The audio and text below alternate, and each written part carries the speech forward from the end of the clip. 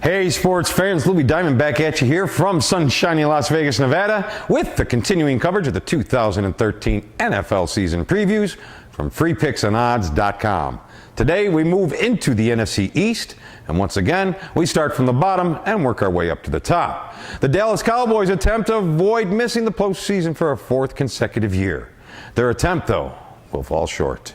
The Cowboys will try to recover after an epidemic of injuries to the defense in 2012, but being cap-strapped has forced the organization to focus on letting the young guys contribute this season. That does not sound like the makings of a playoff-bound team.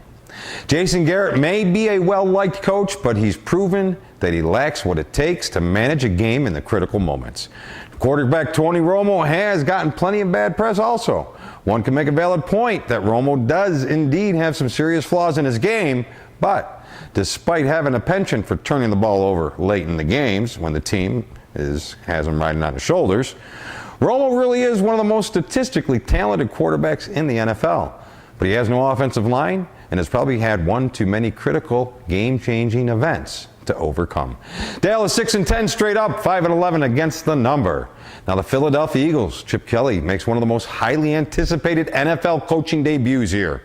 And he's probably going to try his best to change the landscape of the NFL.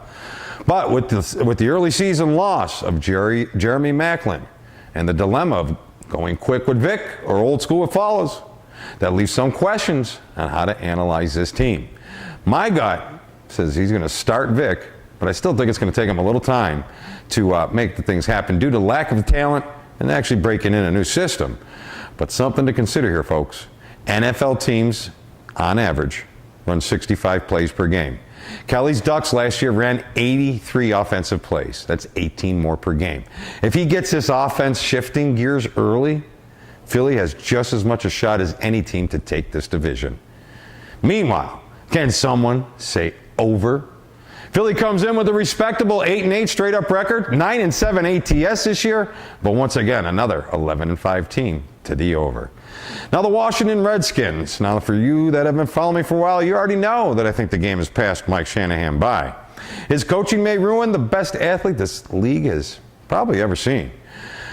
Now maybe that injury last playoff season knocked a little sense into Shanahan because he is sitting RG3 during the preseason. And as hard as I am on Shanahan, you just have to give the man props for finding running backs. Alfred Morris, a virtually unknown 6th-round draft choice from a small-time program, rose to be a shining star last season and broke the franchise season mark with 1,613 yards, a total only exceeded by 2 rookies in NFL history, Eric Dickerson and George Rogers. This team will be a lot of the same of last year, but everyone will now bring their A game and circle RG3 and company on their schedule. Not enough supporting cast for the young superstar. 8-8 again. Redskins 8-8 against the number. The New York Giants. Now here's a team that slips under the radar every few years and brings home a Super Bowl ring. Problem is between those wins, they don't even know what the playoffs are. This year, they have a real shot to get back there because the division is so tight. Now if they can boost their defense like they're claiming, they do have a quarterback with 2 Super Bowl rings. I'm on the fence here, guys, with this. Giants 8-8 straight up, 7-9 against the season. I don't know who's taking this division. It's going to be close. But if you're looking for a solid winner, something that I do know about, good, solid play, all you got to do is text the word free winner.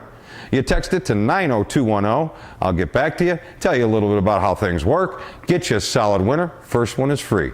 This is Louie Diamond. You're watching Free Picks and Odds.